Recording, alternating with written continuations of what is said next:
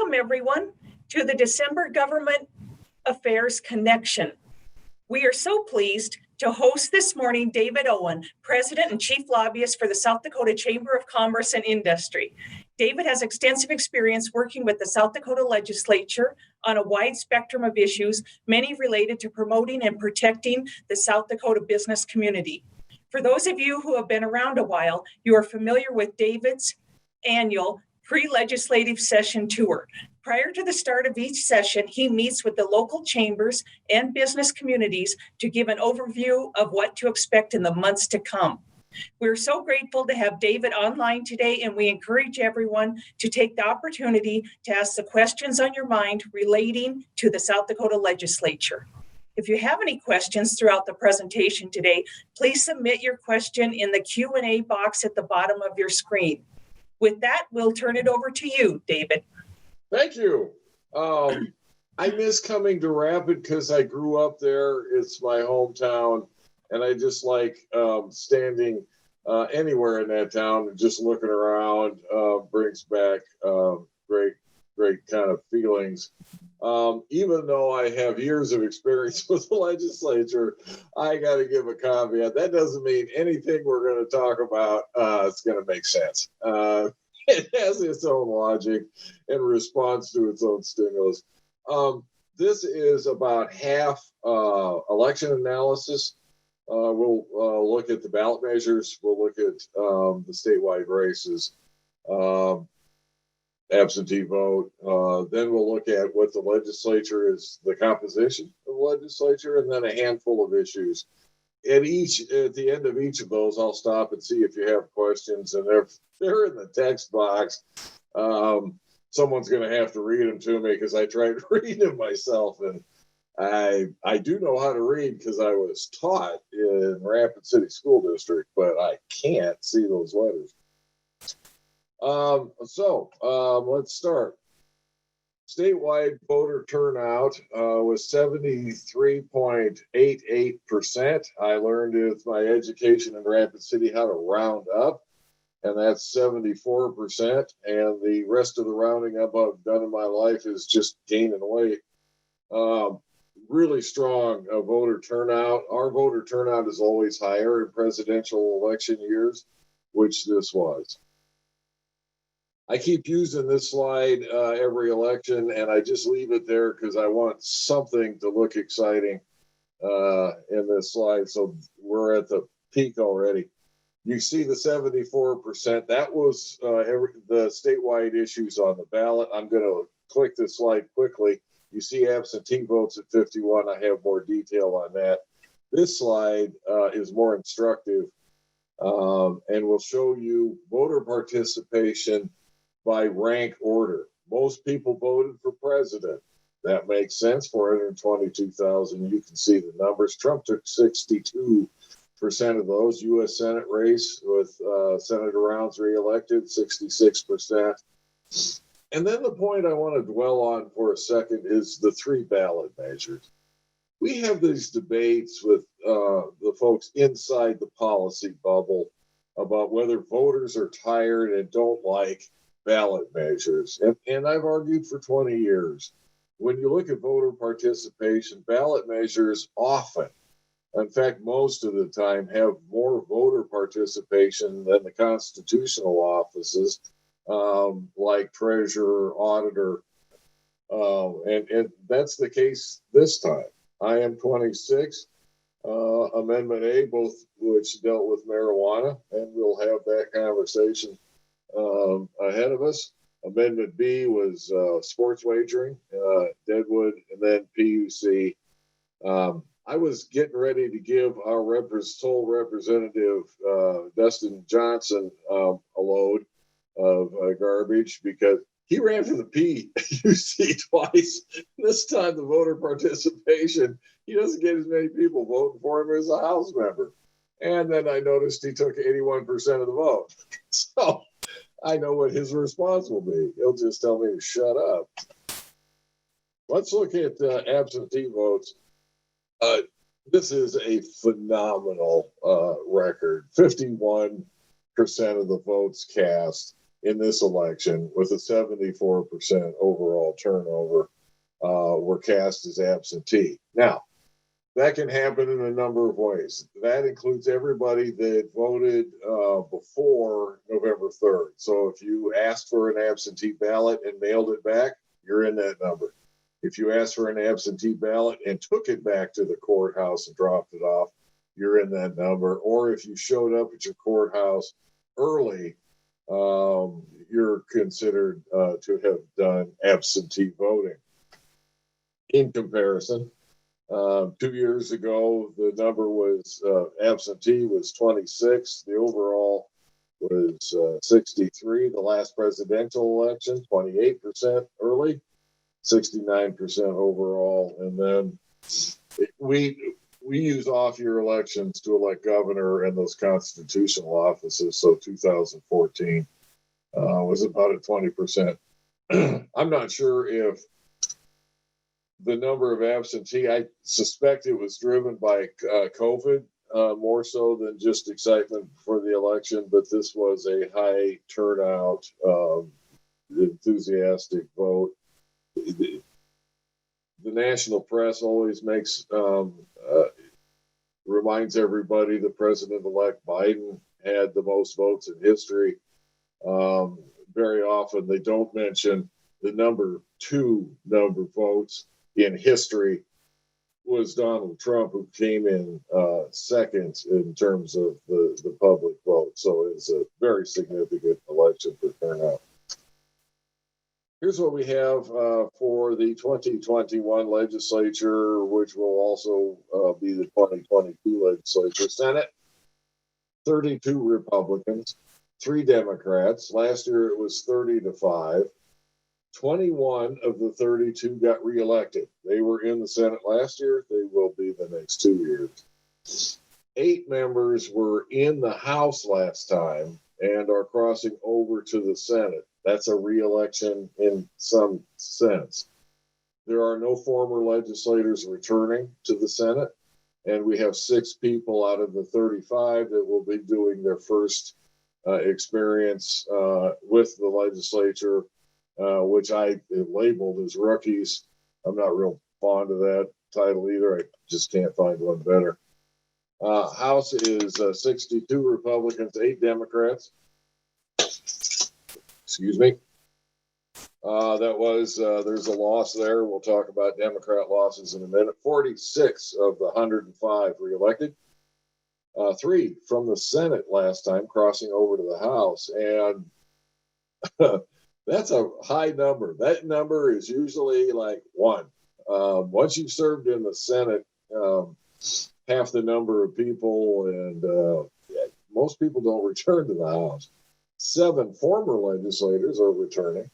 And then there's 14 people with their no previous legislative experience. So that gives us a total of 67 reelected, 11 crossovers. So out of the 105, 78 were reelected in some sense or another. 7 are returning with previous legislative experience. And then we have 20 first-time legislators, which is kind of low. That number is usually mid to high 20s, low 30s. But we welcome them. And as I tell them, the legislative experience is a marvelous experience. Which doesn't mean enjoyable always, but it's a significant thing. Here's some thoughts on looking at that legislature. One, it's notable that the Democrats lost 5 places. They've gone from 16 to 11 of 105. 4 of those losses were incumbents that were defeated, and you see that list. The 5th one was down in Yankton. Senator Kennedy was not term limited, but chose not to run for re-election, which allowed those other 2 categories. Former Representative Stevens is going to the House, and so he's one of those returnees. And then last year's Representative Hunhoff is going back to the Senate to fill Kennedy's seat, and she is a Republican. Record number of women, 30. The previous record was 26. And that was last session, and then twice previously. I overtell this joke, but my wife happens to have graduated from law school and is a member of the bar. And that means she can file her own papers if I step too far out of bounds. So let me tell you this, good number, nice record, not nearly enough. And please tell my wife I said that. I want to make one note about a difference that has surfaced over the last 4 or 5 elections, and I think will continue. And that is with what we call social conservatives. I increasingly refer to them as moralists. I don't mean that as a pejorative. Early on, their focus was primarily abortion and some education issues. And as things have developed, workforce has become tighter, business has become more inclusive.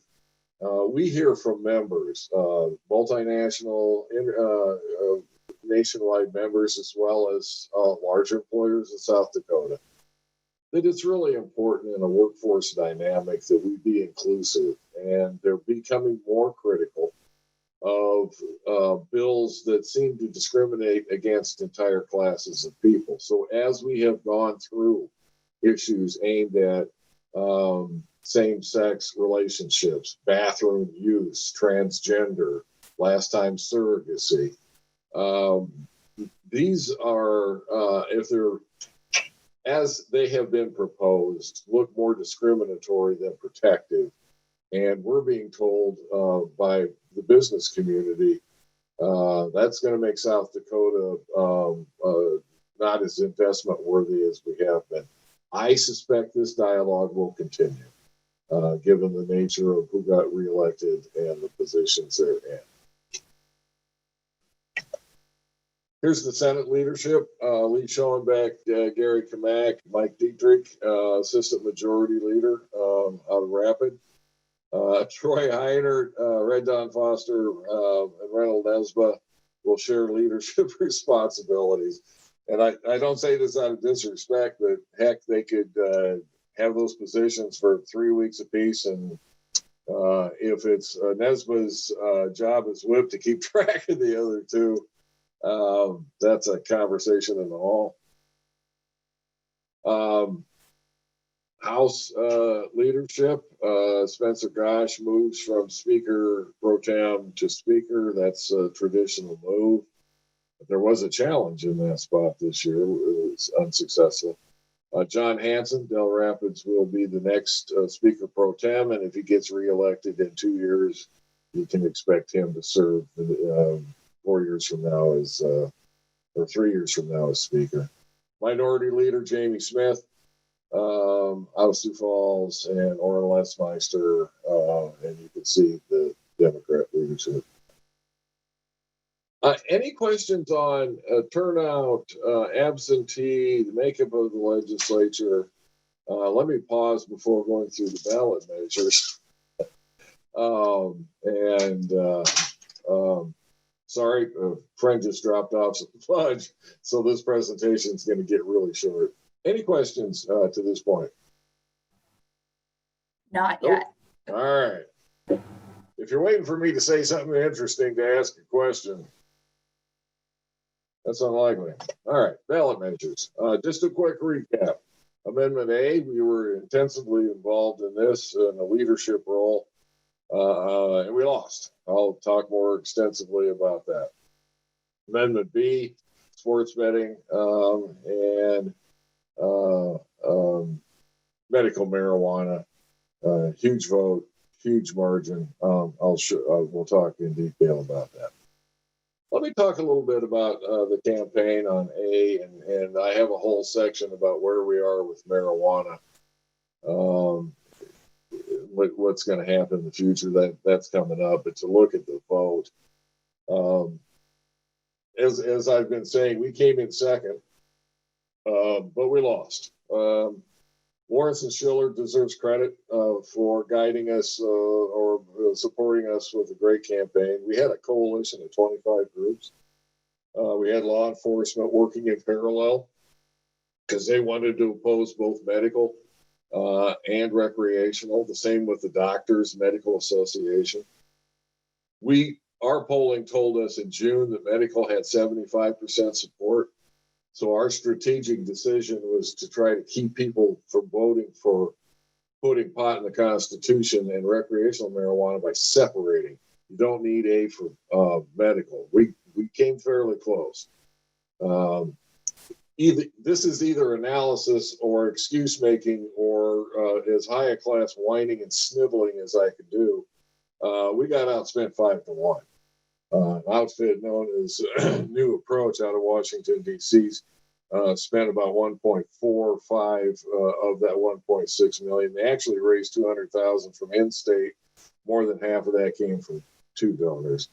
And the 1.6 is on top of the $1 million, $989, that they spent last year getting on the ballot. So it cost them close to $3 million and to put marijuana on the law books here. I do want to compliment and appreciate Dre Samuelson, Brendan Johnson, and Melissa Mentley. They were the local folks that pushed these efforts. They were the ones participating in debates, and they reflected South Dakota values, South Dakota political operatives, and I thought they deserved appreciation for having run a good campaign. Oh, the next 30 seconds is a complete waste of time.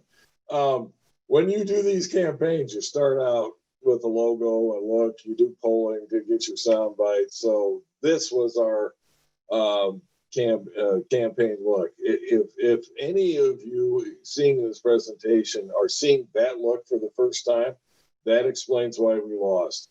But this was our look.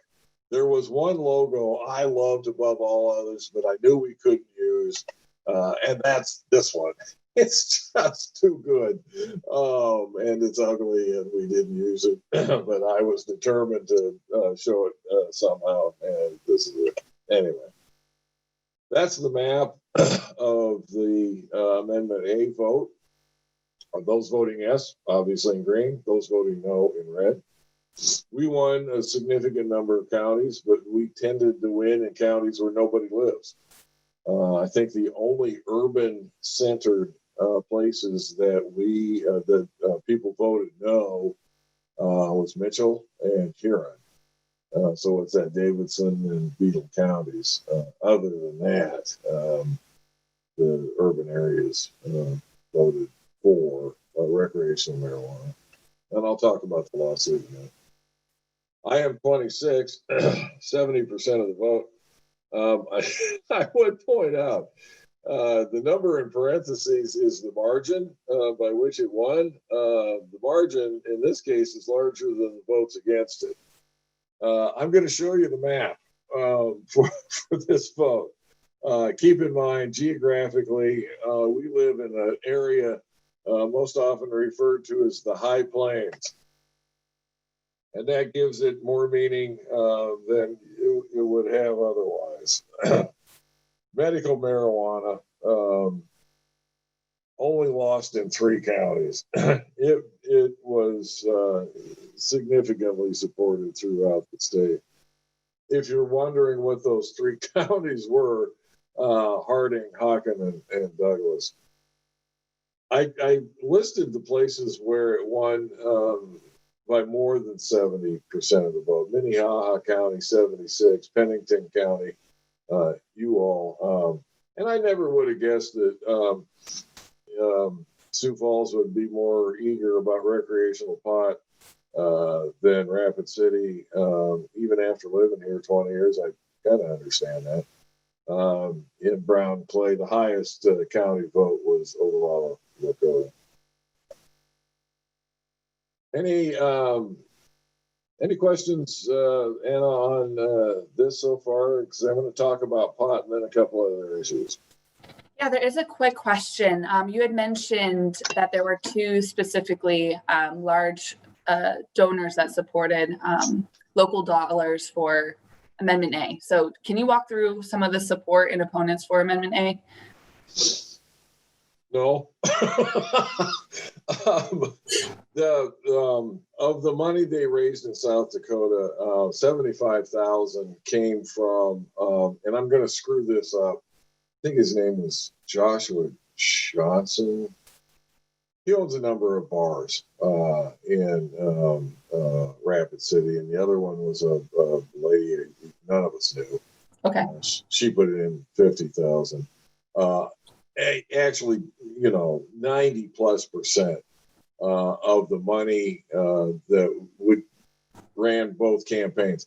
I said, pun intended, they ran a joint campaign.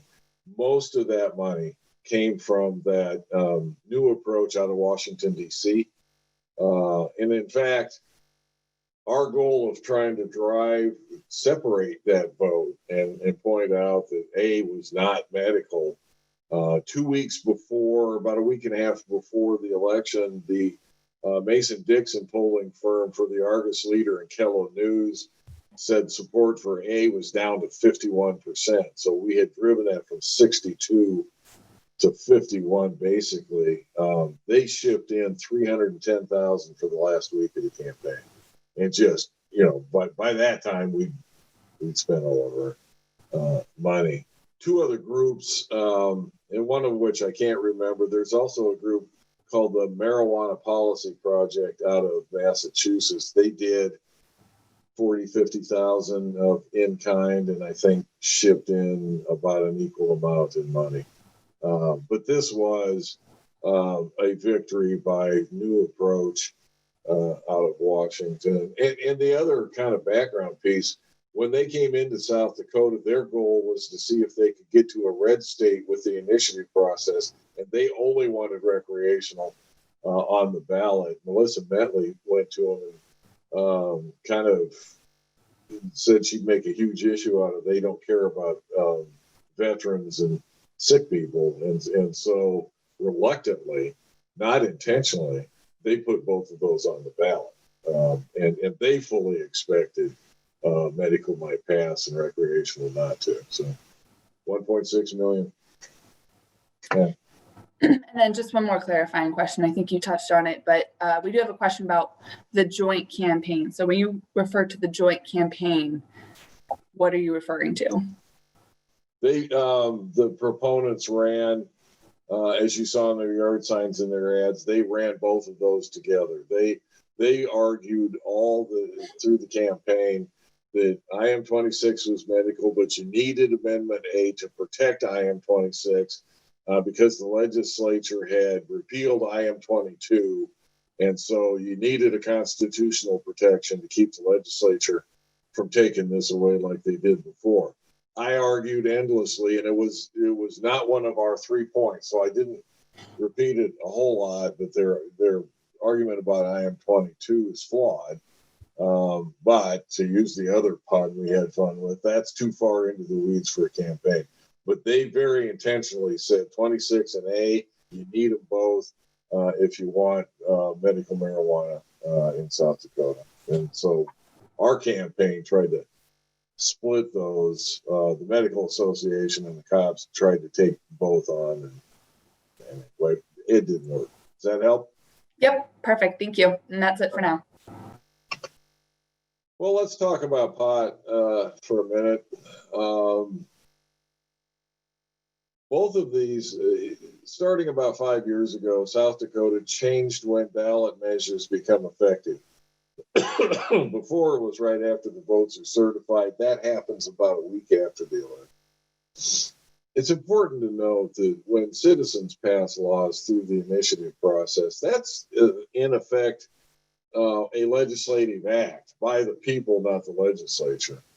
So we kind of looked at two things that have been done over the course of time. One, the signature deadline was put a year before. And so signatures have to be gathered the year before the election and turned in November. That allows an intervening legislative session in case the legislature looks at ideas proposed for the ballot, wants to adopt them, and then the group can take them off the ballot. So we have an intervening session before. we also kind of thought, since all other laws passed by the legislature take effect July 1st, unless otherwise noted, that it makes sense for that to be the effective date for initiatives and constitutional amendments. The big difference you see highlighted on the screen is the legislature can make any changes to IM-26 they want. The handful have said, well, maybe we'll repeal it. With 70% of the vote and only losing 3 counties, there might be peril in that. You can't alter Amendment A. Now, you can set up rules and you can do other kinds of things, but the language of Amendment A will be in the Constitution, but not till after July. Lawsuit's been filed on Amendment A, arguing several things that are interesting. We are not a part of that. One of the things that we also changed a few years ago is we said, look, if you want to put an amendment on the Constitution, fine, but you're going to stay to one subject. That's not really been through the courts yet, about how far afield you can go from a given subject and still be one subject. So that going in front of the court probably has some value. They've also come up with an argument that says this was a revision because it added a new section and only a constitutional convention can do that. I think that's, quite candidly, that's more of a stretch, but courts are designed to make arguments. We didn't mention the 2 subjects, and so the South Dakota Chambers, I thought we would look like poor losers, and I do have profound respect for the vote's conclusion. So we're not part of the lawsuit. I don't know how it'll go, but anyway, we've got a lot of time for that to make its way through the court. I had a board meeting on Tuesday via Zoom and asked Secretary of Revenue Jim Terwilliger to come on because the health department and the revenue department have to write the rules to administer marijuana. I mentioned that for this reason. He made it fairly, very clear. They're studying other states that have passed medical and recreational marijuana. They're trying to learn what went well, trying to avoid mistakes in every one of those cases. And there's now 34 states, well, I'd say 4 more. There's about 38 states that have at least medical marijuana, and we're the 12th to add recreational and the first to do both at the same time. It takes over a year to get those rules kind of settled in. And even on its one sentence that talks about medical marijuana gives the legislature until 2022 to finalize those rules. And so this is going to be a slow moving wreck, and it's going to take some patience. I know from doing these Zoom meetings, the chambers are getting calls from people that say, how do I get my license? I'm ready to sell pot. And quite candidly, I knew we were in trouble because if I had $1 for everybody that told me that they were sick of driving to Colorado and going to vote for this, we could have doubled our funding. So nothing's going to happen very fast. We're going to have to stay calm, and we can't use pot to stay calm, which is, a bummer for some. My board asked me to kind of talk about what's the impact on employers. I've talked to a lot of folks about what's happened in other states and where we are. Amendment A, and to a certain extent IM-26, has specific statements that protect employers from having to permit marijuana use or accommodate employees that have used it. So you can still declare your business to be marijuana free and have a zero tolerance, which is essential, especially half my board is manufacturers. We have a number of people that manufacture and sell to the federal government. That's a requirement of those contracts. So at least we start out with the ability to fire people for THC if you're testing for that, or to refuse to hire them. which is this point. I still like one of my board members said famously, I'm having trouble finding people that can pass a drug test now. You make pot legal in this state, I won't have a workforce. So that's the fear. You didn't see in the campaign a lot of talk about workforce because the polling showed that didn't really resonate with voters. That's an employer-driven concern. All of my manufacturers on my board, on the chamber board, have had the experience where an insurance agent makes it very clear to them that if there's an accident by an employee who tests positive for THC, their insurance will not pay for that accident. Our first meeting with Melissa Metley on medical marijuana and Brandon Johnson on recreational was December of 2018 as they were starting their signature gathering. And that discussion lasted more than an hour. So at the subsequent meeting, we called the Colorado State Chamber and talked with their president, and he said the employee-employer relationship had remained fairly stable, and he attributed that to a Colorado Supreme Court decision that said you can still fire for THC. As I read some analysis about that decision, it leans heavily on the fact that marijuana is still against federal law. Let's be clear. The people that paid for this victory have a goal to make marijuana legal under federal law. If they completely legalize it, I think the underpinnings of firing people for THC go out the window. That's my fear. And I want to make you aware so we hold that. I've recently learned that the Fed could take it from one schedule to the other, still illegal, more of a misdemeanor, and still a fireable offense. So this is the future curve we're going to have to negotiate. While Amendment A and IM26 protect your right not to hire, please note, last year, Nevada and New York passed laws that say you can fire for THC presence if you're testing for that, but you can't refuse to hire on that basis. That's just an early sign. This is the issue as it will develop over years. I want to post up one of the issues that was way too technical to use during the campaign, but I made some reference, and I think this is the key issue over the next 3 or 4 years. Amendment A uses language that you cannot operate motor vehicle, train, aircraft, planes, trains, and automobiles. And it uses the phrase, well, under the influence of marijuana. There's no test that tests whether you're under the influence of marijuana. You can test blood alcohol and you can detect the intoxicating agent, which is a word that's that long, and known as THC. THC doesn't measure impairment. THC measures use. You can prove somebody used it.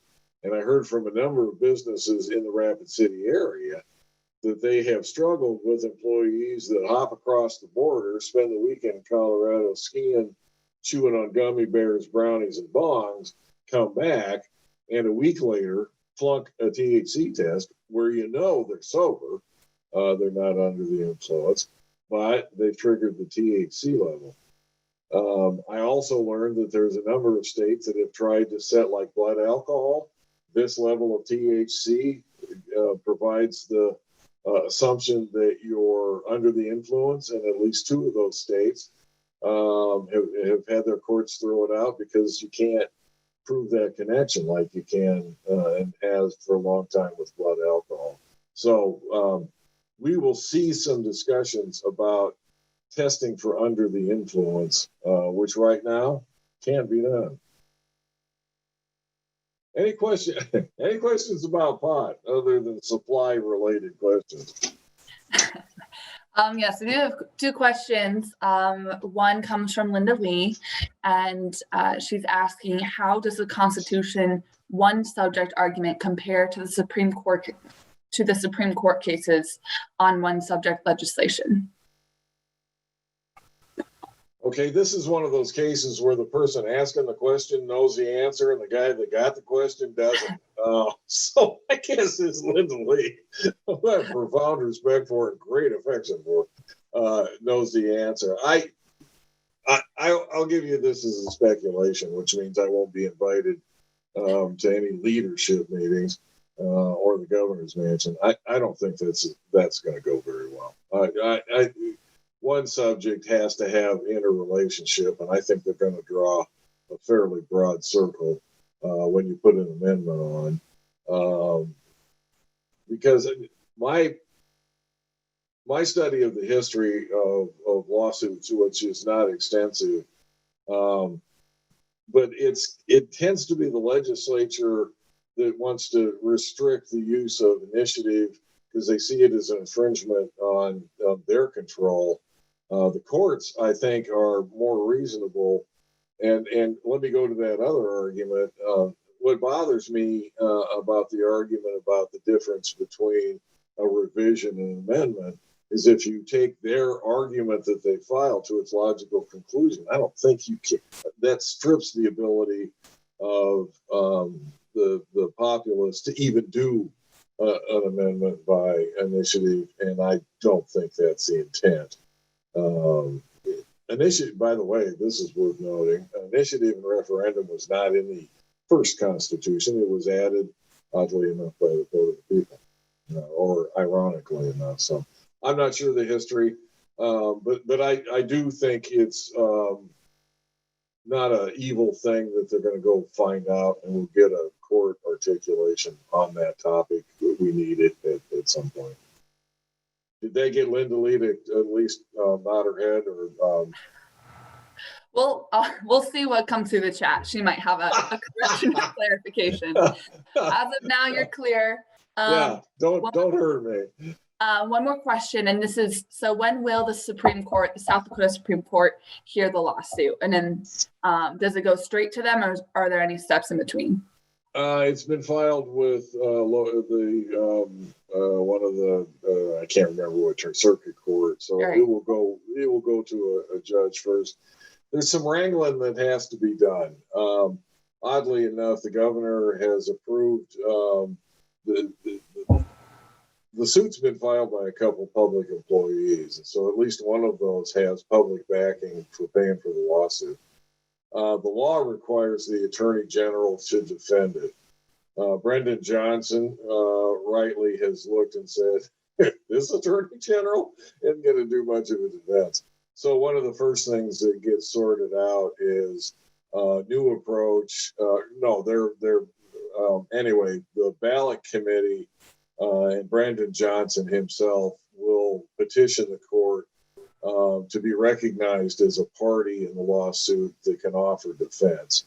And so you'll have the Attorney General's office, and my guess is the proponents at the table. Once that gets sorted out, I don't think this is going to be settled before the session. It's going to be sometime next year, and then we'll bump up to the Supreme Court. So the 2022 session, and that reinforces, the notion that says, everybody, this is going to take some time.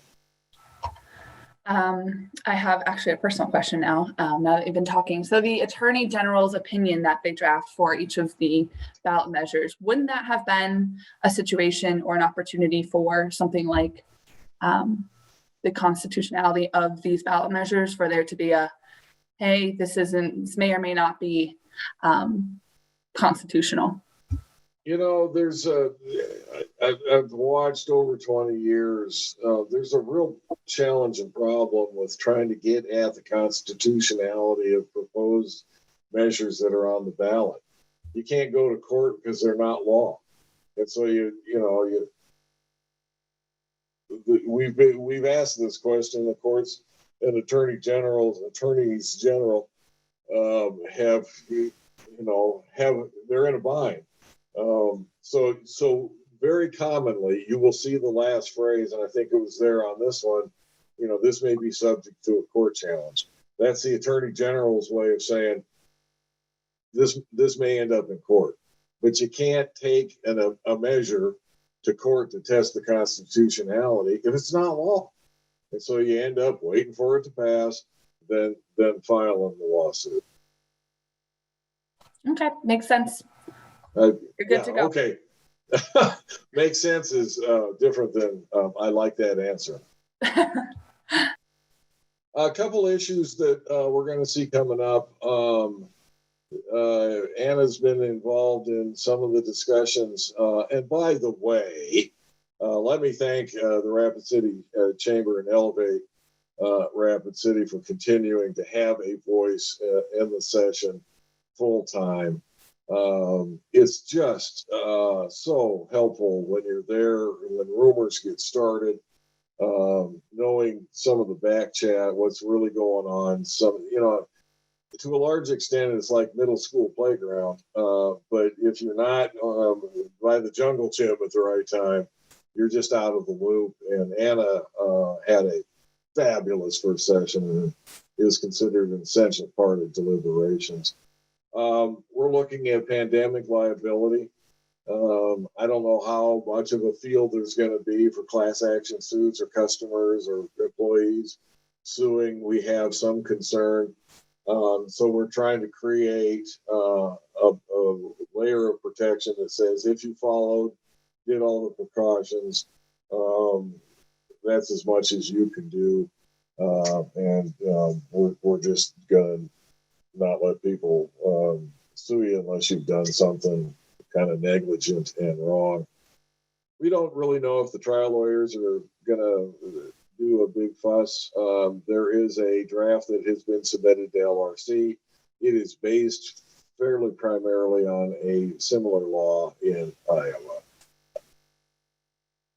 Anna mentioned the Attorney General's explanation. Every ballot measure has an official explanation, which is on the signature forms and more importantly is on the ballot. There is not currently a comment period when the Attorney General releases that statement. There's a 5-day period if you're going to go to court.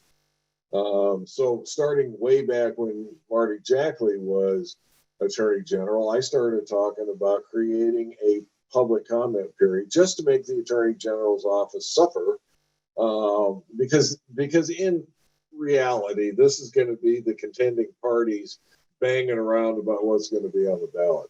I think that's important. My board told me Tuesday, I'm going to be looking for a sponsor, and we're going to see if we can get this idea in front of the legislature. Sports betting, we will not be involved in this issue, I don't think.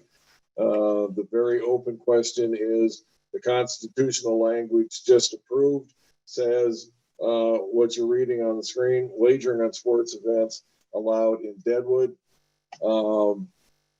And so how Deadwood specific it has to be will be a topic for the legislature. The most important thing this legislature is going to do is redistricting. Those other topics have been the discussion of some white papers. And you can see what we're going to be following: mental health for first responders. The appropriations process is going to be interesting this time because there's going to be money. The federal government put about $4 billion in here, and that has caused revenue to increase. Business day is the 17th. Do you have any questions?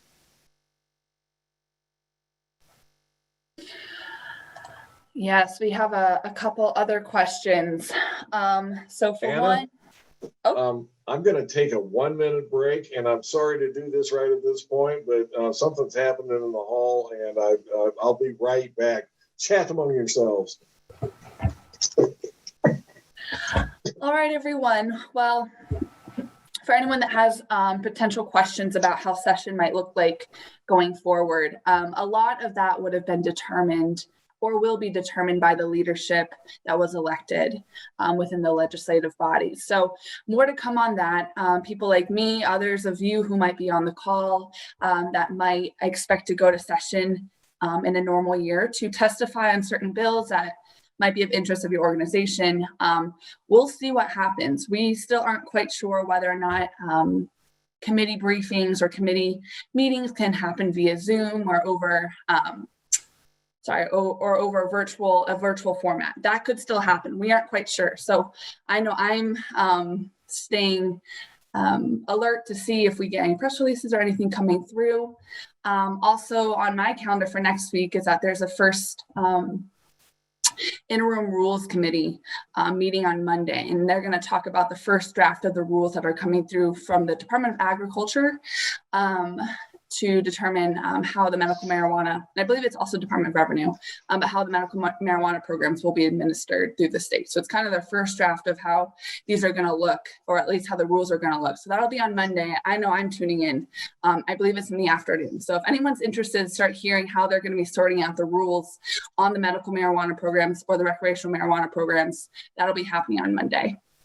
So welcome back, David. Hey, I apologize. I've got a really interesting neighbor in this office setup. I have a one-room office in Sioux Falls, and they're international, and they always sound mad. And they're great people, but they get to talking, and I just had to go. Anyway, I'm back. So, questions. Yeah, so I'm going to ask, this was a question that was sent in, and this is regarding the COVID dollars that still might be in the COVID relief fund potentially on December 31st. So if there are funds that are left and are unobligated by December 31st, what are your strategies as a South Dakota Chamber to help promote moving the remaining dollars into the hands of small business owners? First step is to stay in touch with what the federal restrictions are. I know there is going to be some flexibility.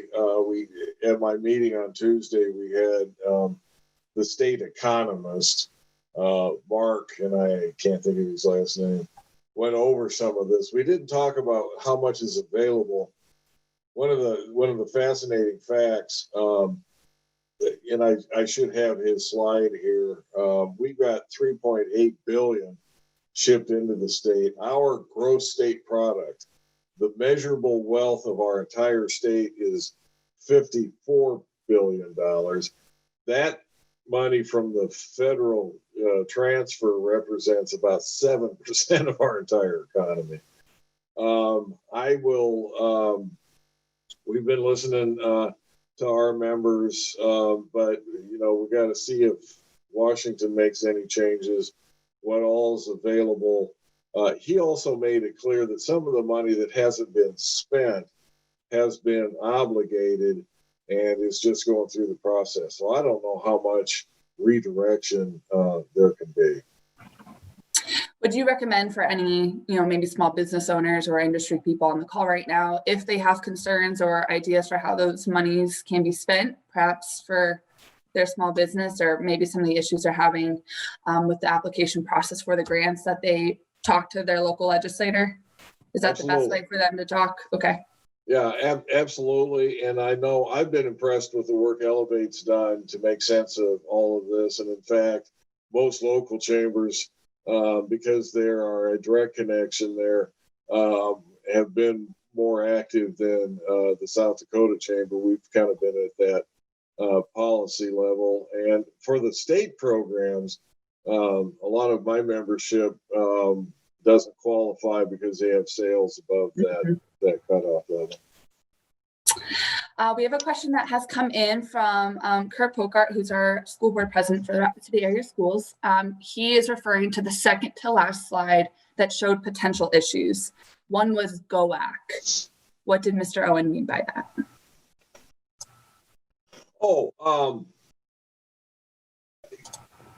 Nice.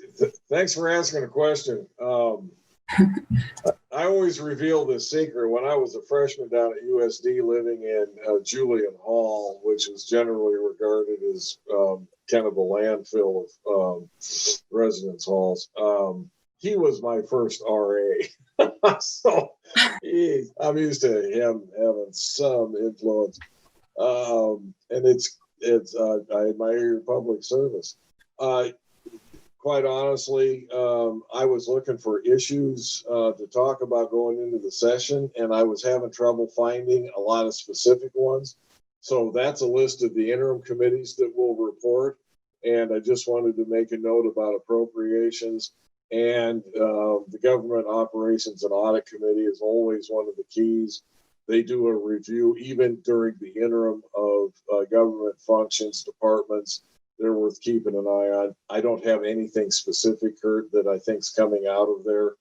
Now that I've got the situation under control, let me go back and use Kurt's question to also talk a little bit about redistricting. One of the most significant things we have the legislature do every 10 years is redraw legislative boundaries. So a specially appointed group will work after session and report to the 2021 session and readjust all of the legislative lines. The mandate is that they have to have within 5% up or down the same population. The trick gets to be which districts are going to have which kinds of registration. Are they going to make as many districts as they can Republican districts, which has been done before? Are they going to herd Democrats all into one or two places, or how do you strike that balance?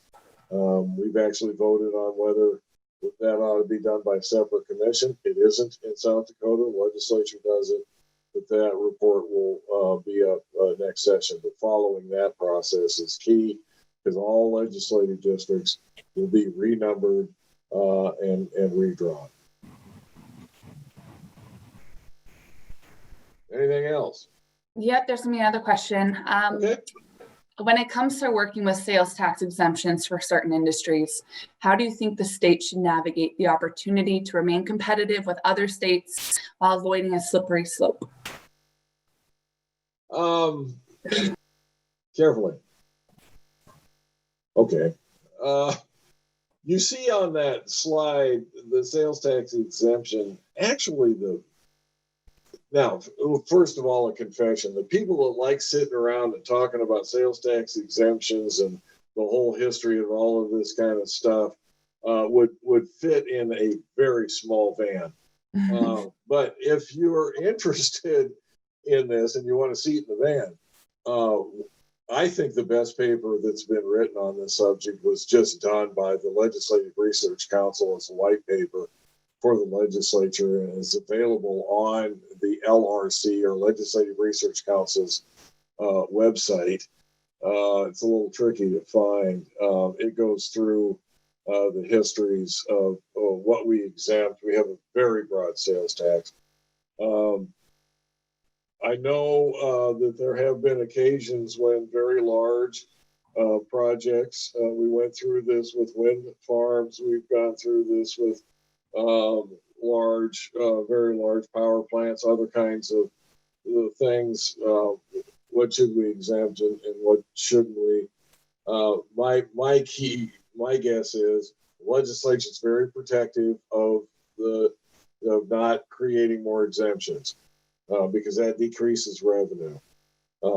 If there are specific reasons for specific exemptions, if they are prospective and aren't going to let anybody currently off the hook, you can probably talk about that. In the economic development world, we've gone through a number of back on the ballot was a referral to the economic development plan. No, it was IM14, and the public voted it down. One of the keys in that discussion continues to this day. We like to offer incentives in South Dakota that make the difference about whether the investment gets made. But for this tax policy, we wouldn't have that. So, we're not willy-nilly giving kind of tax exemptions. That stated, one of the biggest tax exemptions that exists out there is in agriculture and deals with fertilizer that's used to help plants grow. And I'll get into that if anybody asks, and I'll plead not to. But anyway, I know there's at least one proposal out there that may be looking at a prospective situation. But the case has to be made. It can't take away kind of current revenue, and it has to fit that but for. Honest to God, if we don't change this tax policy, we're out of the running. That was a great answer for a very broad question. So I know we're kind of wrapping up. There's one more question, and I just have to ask it because I'm curious if you know the answer, but it's assuming that you know a lot about kind of COVID-19 and whether you know anything about the vaccine that's coming to South Dakota. I don't. I know healthcare. I know the Department of Health has to submit our plan by Friday, and I think our plan is done. My wife is the governmental affairs director and lobbyist for the Sioux Falls Chamber. So we have two sons that are being raised by two lobbyists, and I ask you to pray for them. But Deborah noticed I'm a fan of reading the Dakota War College blog and Dakota Free Press, which is one liberal deals. Corey Heidelberger put what he thought the list was on a health department. He kind of got it wrong, Deborah told me. So I think, like you see nationally, they're going to start with healthcare workers, then people in nursing homes. I'm an old guy that has underlying health conditions, so I'm hoping I'm next. And when it comes to young, healthy people like Anna, I don't care. No, that's not true. But we'll have that list. I think it's done. I just don't know how far it goes down. Okay, well, I think this is gonna be a good time to close our question and answer session. There's one that's in the queue, but I'm gonna go ahead and address it separately, and I'll CC David on it as well. But Deborah, I'm gonna turn it over to you to start our closing. Okay, if you have additional questions that weren't addressed, also direct them to Anna at Elevate Rapid City. This concludes the December Government Affairs Connection. We want to especially thank David for his time this morning, spending it with us. Keep an eye out for the next GAC event on Thursday, January 7th. Registration details will be found in the Government Affairs Connection newsletter published on December 21st. We hope to have an update for when these meetings can resume in person. For now, we appreciate you joining us online over Zoom. We wish you a safe and happy holiday season. And that's it for today. Thank you, and we will see you on January 7th.